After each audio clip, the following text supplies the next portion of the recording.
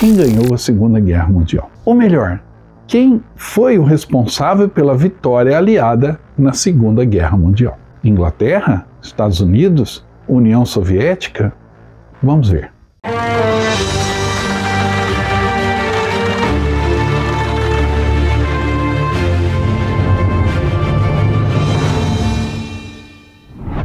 Olá, bem-vindos a mais uma viagem na história. A nossa jornada de hoje é através de uma polêmica sobre quem ganhou a Segunda Guerra.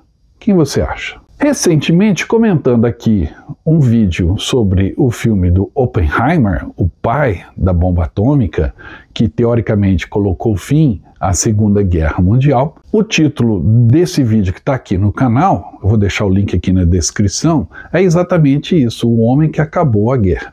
Como esse assunto é polêmico, surgiram muitos comentários, refutando a ideia de que foi a bomba atômica que pôs fim à Segunda Guerra Mundial. Para uns, quem realmente ganhou a Segunda Guerra Mundial teria sido o Exército Vermelho, enquanto para outros foi a resistência britânica ao ímpeto nazista e até japonês na Segunda Guerra. E nestes tempos modernos, onde as paixões políticas e ideologias se confundem com a análise fria, mas porém rigorosa da história, muitas vezes essas paixões se sobrepõem aos fatos e a análise fica um pouco deturpada. Não pretendo aqui nesse vídeo colocar um ponto final nesta questão determinando quem ganhou a guerra, mas sim mostrar as correntes de pensamentos históricos e não políticos ou de paixões e preferências, ou até cinematográficas. E desta maneira fazer você observar as análises históricas cabíveis em cima da pergunta: quem ganhou a Segunda Guerra Mundial?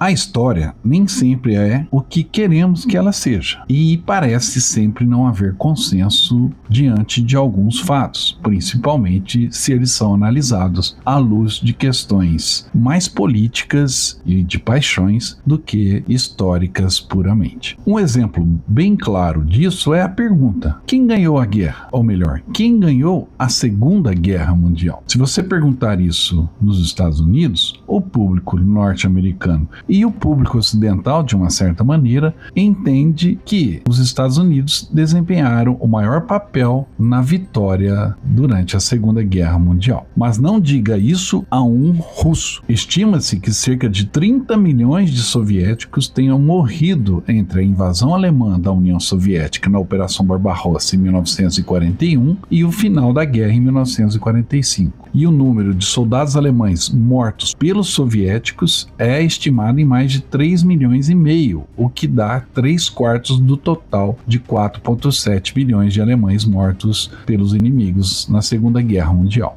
Mas então, se você perguntar a um inglês, a um britânico, ele vai ser firme na defesa de que, contra todas as probabilidades, foi a Grã-Bretanha que enfrentou sozinha a Blitz alemã e a fúria da máquina de guerra nazista, quando então o primeiro-ministro Winston Churchill prometeu: nunca nos renderemos e lutaremos nas praias, lutaremos nos campos, lutaremos em todo lugar. Tente então dizer a um britânico que, como último bastião da democracia na Europa em 1940, a sua contribuição não salvou o mundo da tirania nazista, e ele irá ficar furioso. Recentemente, o Instituto Britânico de Pesquisas de Opinião Pública e Tendências resolveu abordar esta questão. Como a população, inicialmente da Grã-Bretanha, depois ela estendeu a outros países, enxergam a história sobre a Segunda Guerra Mundial, perguntando à população quem ganhou a guerra.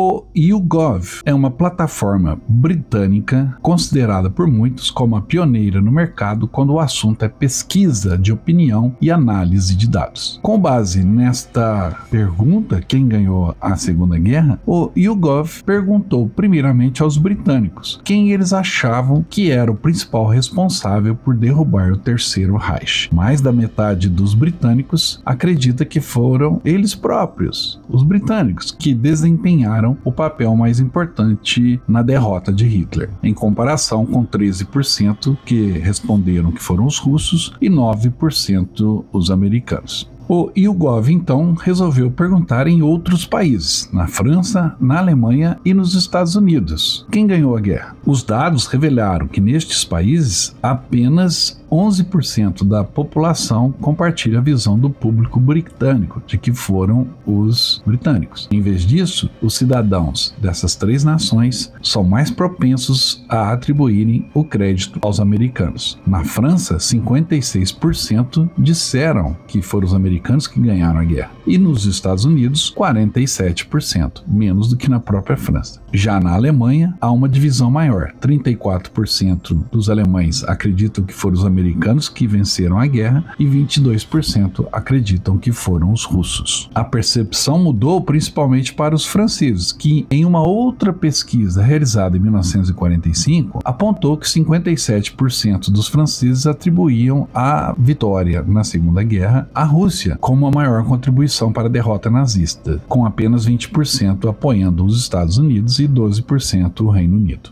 Estes dados desta pesquisa traz a opinião popular, ou seja, como as pessoas hoje percebem a história, passados aí quase 80 anos. Para mergulharmos um pouco mais fundo nessa polêmica e tentar achar um caminho, a melhor maneira não é exatamente a opinião popular, mas sim a pesquisa histórica.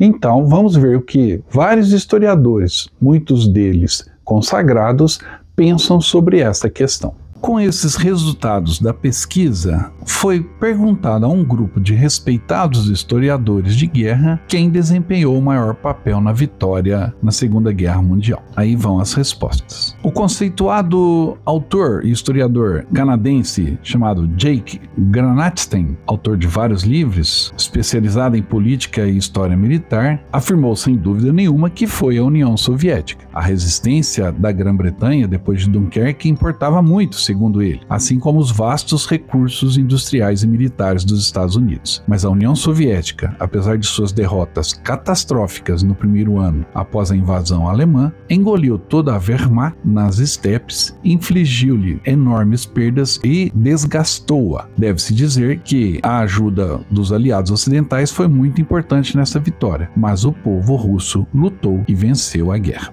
O britânico coronel aposentado John Boileau, autor de 15 livros e cerca de 650 artigos sobre história militar, também concorda com a visão de Granatstein. Boileau afirma: a União Soviética deu a maior contribuição para a vitória dos aliados na Europa. Guerras são vencidas por meios físicos e moral. Do lado físico, homens, material e dinheiro. Os soviéticos contribuíram com cerca de 62% dos soldados aliados, 58% de toda a artilharia e 45% dos tanques, além de 26% de aviões e 35% das despesas militares usadas e consumidas pelos aliados como um todo durante a Segunda Guerra Mundial. Todos os recursos soviéticos foram direcionados contra a Alemanha. Os americanos e britânicos foram usados contra outros inimigos em outros teatros, como o Pacífico. Do lado moral, ao contrário da Grã-Bretanha e dos Estados Unidos, os soviéticos tiveram partes de sua pátria ocupadas pela Alemanha, o que deu um impulso adicional para derrotar o invasor. Esta opinião também é compartilhada por um dos maiores historiadores do século XX, Erich Hobsbawm. Hobsbawm afirma que a vitória sobre o fascismo continua sendo a principal conquista da União Soviética, e o triunfo foi usado para justificar as piores repressões do Estado soviético. Nas palavras de Hobsbawm, a vitória sobre a Alemanha de Hitler foi essencialmente conquistada e só poderia ter sido conquistada pelo Exército Vermelho. Essa visão, porém, é contestada por David Berkhuizen, diretor do Centro de Estudos Militares e Estratégicos da Universidade de Calgary, no Canadá, e autor de diversos livros de história militar. Ele afirma que, embora os Estados Unidos tenham desempenhado o papel dominante, todos os três principais países aliados foram necessários para a vitória na Europa. A contribuição mais importante foi feita pela Grã-Bretanha, que sobreviveu ao ataque de Hitler em 1940. Se os britânicos não tivessem tivesse conseguido conter os nazistas, a Segunda Guerra Mundial teria tomado um rumo muito diferente. A Grã-Bretanha também desempenhou papéis importantes no norte da África e no Mediterrâneo. Já a União Soviética sofreu muito, mas os soviéticos mataram muito mais soldados alemães do que o resto dos aliados juntos. Porém, foi a potência industrial americana que se mostrou crucial na balança. As fábricas americanas produziram mais aviões, tanques, navios e projéteis do que a Grã-Bretanha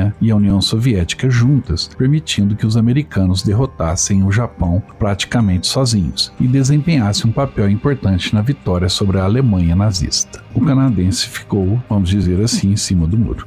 Essa opinião também é compartilhada por Mark Milner, que, além de ser pesquisador de história militar, autor de vários livros, também dirige o Centro para Estudos da Guerra e da Sociedade da Universidade de New Brunswick. Milner diz que você não pode acreditar a um elemento ou a um ator apenas a vitória em uma guerra global tão complexa. A Rússia não teria sobrevivido ao ataque inicial sem os tanques britânicos defendendo Moscou em dezembro de 41, ou vencido grandes batalhas em 1944-45 sem a indústria americana e o papel que a ofensiva de bombardeio dos aliados teve em diminuir a mão de obra e os recursos alemães. Não haveria guerra para vencer se os britânicos não tivessem resistido em 1940-41 e carregado o fardo do bloqueio, combates e bombardeios no oeste em 1942 e 43. Os enormes exércitos americanos que finalmente invadiram a Alemanha vieram do oeste e depois a própria Alemanha, que planejou, por meio de arrogância, incompetência, brutalidade e genocídio, perder uma guerra que deveria ter vencido facilmente. As Nações Unidas venceram a Alemanha e seus satélites, não um país apenas.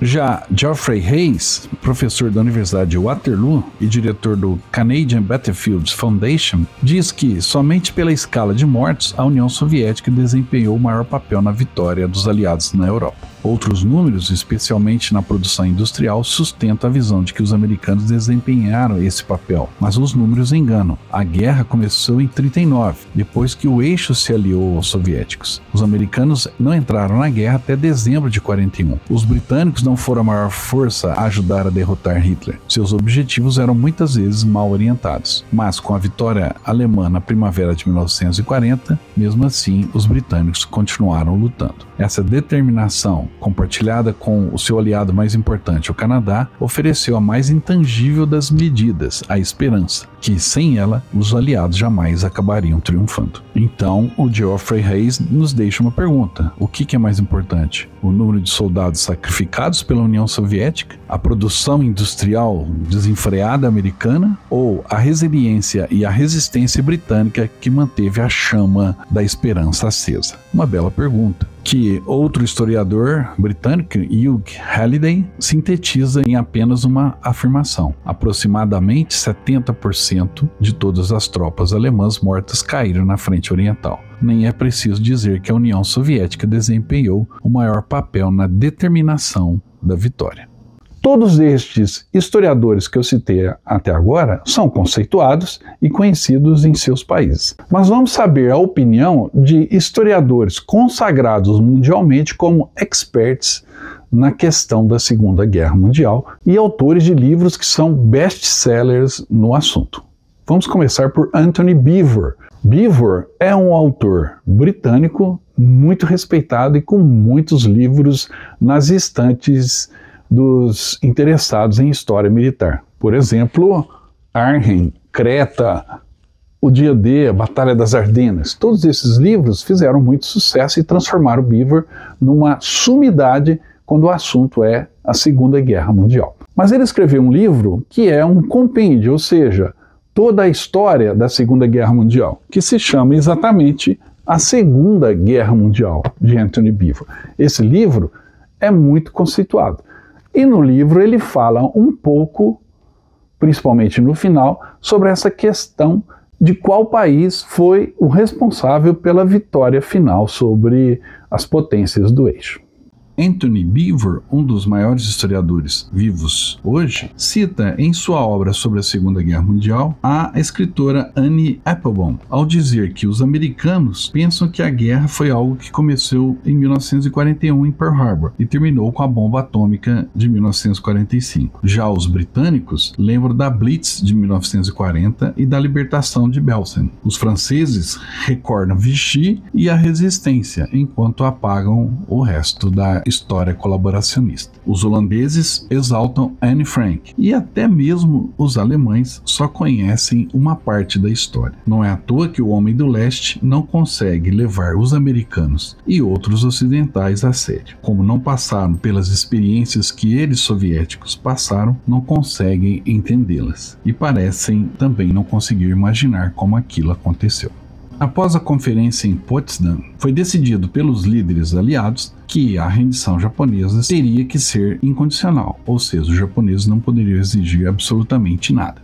Anthony Beevor afirma que vários membros civis do governo japonês estavam dispostos a negociar, mas que a manutenção da Coreia e da Manchúria pelos japoneses seria fundamental, o que jamais seria aceito pelos aliados. Algumas horas antes, segundo Beevor, do lançamento da segunda bomba atômica sobre Nagasaki, o Conselho Japonês Supremo de Guerra se reuniu para considerar se deveria aceitar a Declaração de Potsdam. Na noite de 9 de agosto, logo depois da bomba, o imperador convocou novamente o conselho e disse que deviam aceitar os termos desde que a Casa Imperial e sua sucessão fossem preservadas. E isso foi transmitido a Washington no dia seguinte. Mas, segundo Hastings, a ideia de que isso pouparia aos americanos inúmeras batalhas e daria aos exércitos soviéticos menos tempo para exercer a violência na região foi determinante para a negociação prosseguir. As discussões se alongaram por vários dias, enquanto os bombardeiros americanos prosseguiam em campanha, embora não tenham usado mais nenhuma bomba atômica por ordem do presidente Truman. Por fim, em 14 de agosto, o imperador Hirohito se apresentou e anunciou que decidira aceitar a Declaração de Potsdam. Os ministros e líderes japoneses começaram a chorar, e o imperador anunciou que gravaria uma transmissão radiofônica na ação, algo inédito. A rendição formal do Japão só aconteceu em 2 de setembro, e embora a luta tivesse acabado no Pacífico e no Sudeste Asiático, em 15 de agosto, a guerra prosseguiu na Manchúria até o dia anterior ao da cerimônia na Baía de Tóquio. Em 9 de agosto, 3 frentes soviéticas, com 1.700.000 soldados, invadiu o norte da China e a Manchúria. O ritmo e a velocidade da ofensiva do Exército Vermelho surpreendeu os japoneses, e embora os japoneses contassem com 1 milhão de homens, as suas forças sucumbiram rapidamente. Muitos morreram combatendo até o fim e muitos cometeram suicídio, mas 675.000 foram feitos prisioneiros. Depois de fazer essa análise no final de seu livro, Beevor faz uma reflexão muito interessante. Ele diz que alguns se queixam de que a Segunda Guerra Mundial continua exercendo uma influência dominadora, quase 8 décadas depois de seu término, e um número desproporcional de livros, inclusive os dele, filmes e peças, além dos museus, continuam alimentando a indústria da memória. Este fenômeno não deveria surpreender, uma vez que a natureza do mal parece provocar um fascínio sem fim. A escolha moral é o elemento fundamental do drama humano, por estar no cerne da própria humanidade. Contudo, ele alerta, há o perigo real de a Segunda Guerra Mundial se tornar um ponto de referência instantâneo, tanto para a história moderna como para todos os conflitos contemporâneos. Diante de uma crise, jornalistas e políticos instintivamente buscam paralelos com a Segunda Guerra Mundial, seja para dramatizar a gravidade da situação, seja para tentar soar como Roosevelt ou Churchill. Comparar o 11 de setembro a Pearl Harbor ou equiparar Nasser e Saddam Hussein a Hitler não significa apenas fazer paralelos equivocados. E aí eu abro um parênteses, é só a gente lembrar do que acontece hoje na guerra da Ucrânia, com Putin e Zelensky. Estas comparações são profundamente desorientadoras e podem produzir respostas estratégicas erradas. Outro autor muito conceituado e best-seller é o Max Hastings, também britânico. Hastings escreveu muitos livros de sucesso com a temática de história militar. O seu livro sobre o Vietnã, uma tragédia épica, é referência no assunto, assim como Inferno, onde ele trata do mundo em guerra em 1939 e 1945. Neste livro, Max Hastings traz ao final uma análise pessoal baseado nas entrevistas que fez e nas leituras que desenvolveu ao longo de vários anos, buscando também quem foi o responsável pela vitória final na Segunda Guerra Mundial. Ao mergulharmos na vastidão da Segunda Guerra Mundial e suas vítimas, tentamos absorver as estatísticas das tragédias nacionais e étnicas. Mas o que a reflexão do Sir Anthony Beevor tem a ver com a nossa pergunta inicial? Quem ganhou a guerra? Vamos então nos basearmos em um outro historiador, Max Hastings, que sabiamente escreveu em seu livro chamado Inferno. Cada um dos 3 principais países vitoriosos emergiu da Segunda Guerra Mundial confiante na crença de que seu papel fora decisivo para a vitória. Somente muitos anos depois apareceu uma perspectiva mais matizada, pelo menos nas sociedades ocidentais. Hitler estava certo em prever que a coalizão antinatural de seus inimigos desmoronaria e daria lugar a um antagonismo entre a União Soviética e o Ocidente, embora isso fosse tarde demais para salvar o Terceiro Reich. A Grande Aliança,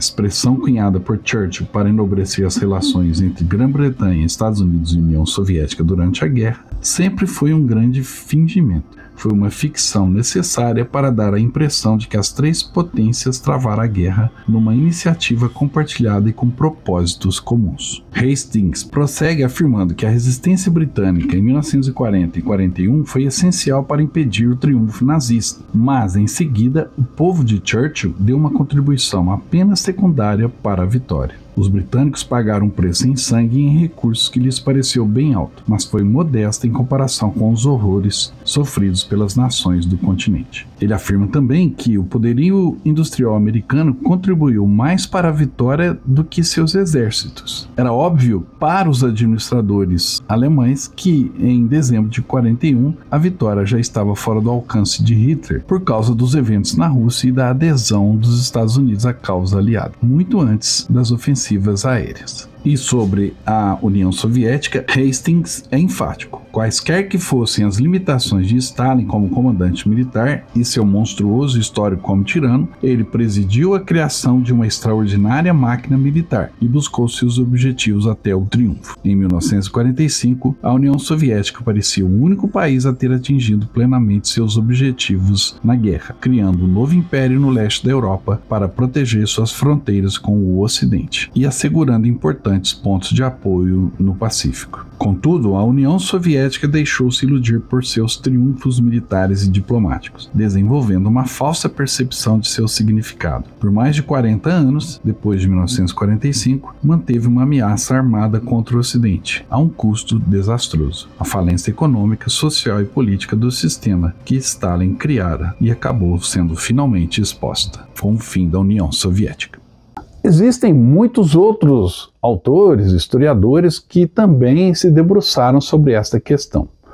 Alguns outros fatos sempre são trazidos à tona, como, por exemplo, a União Soviética foi a grande responsável para a vitória final. Essa é uma corrente forte, mas não se esqueça que a União Soviética também começou a Segunda Guerra Mundial. E até 1941, na Operação Barbarossa, ela era, em tese, aliada da Alemanha nazista, pois os dois fizeram o pacto para dividir a Polônia e começar a Segunda Guerra Mundial. E aí você pergunta, e a sua opinião, já que você trouxe o assunto à tona aqui? Este, como eu disse no começo, é um assunto, é uma pergunta que a resposta depende muito de vários fatores.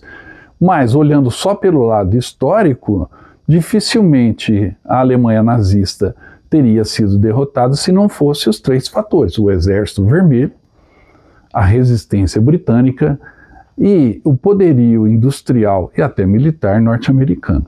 Mas eu ainda agregaria um 4º fator. Quando a Alemanha teve a oportunidade de ganhar a guerra, a vitória escapou também por questões de comando, ou seja, ordens erradas no momento errado deixaram escapar uma oportunidade de ganhar a guerra. Este é um 4º fator que sempre deve ser levado em conta: as decisões erradas do alto comando alemão em momentos cruciais, analisando historicamente a sequência de fatores e de batalhas e de eventos que definiram a Segunda Guerra Mundial. E para você, quem ganhou a Segunda Guerra Mundial? Mande aí o seu comentário. Se você gostou, também dê um like no programa e se inscreva no canal se não estiver inscrito. A história é assim mesmo, fascinante, e a cada nova descoberta nos leva a mais leituras e pesquisas. Por isso a história é viva, ela não é algo que aconteceu e acabou. Ela está sempre sendo revivida por novas pesquisas e leituras. Este é o fascínio da história. Antes de me despedir, eu gostaria de lembrar a você da possibilidade de participar do concurso aqui do canal Viagem na História. Para a nova promoção dessa belíssima camisa que celebra os 80 anos do Dia da Vitória, já iniciamos a venda das camisas. E junto com essa belíssima camisa, você recebe um cupom com o seu número para concorrer a uma viagem. E você vai escolher o destino: Normandia, Alemanha ou Itália, dentro dos nossos roteiros que fazemos todos os anos. Você pode adquirir essa belíssima camisa na loja virtual do canal Viagem na História. O link está na descrição. Ou então envie uma mensagem para o nosso WhatsApp. E aí, não ficou bonita a camisa? Olha que legal, as bandeiras dos países, o selo, uma nova camisa para você do Viagem na História. Adquira já a sua. Era isso que eu tinha por hoje, espero que você tenha gostado e eu volto logo com mais história. Até mais.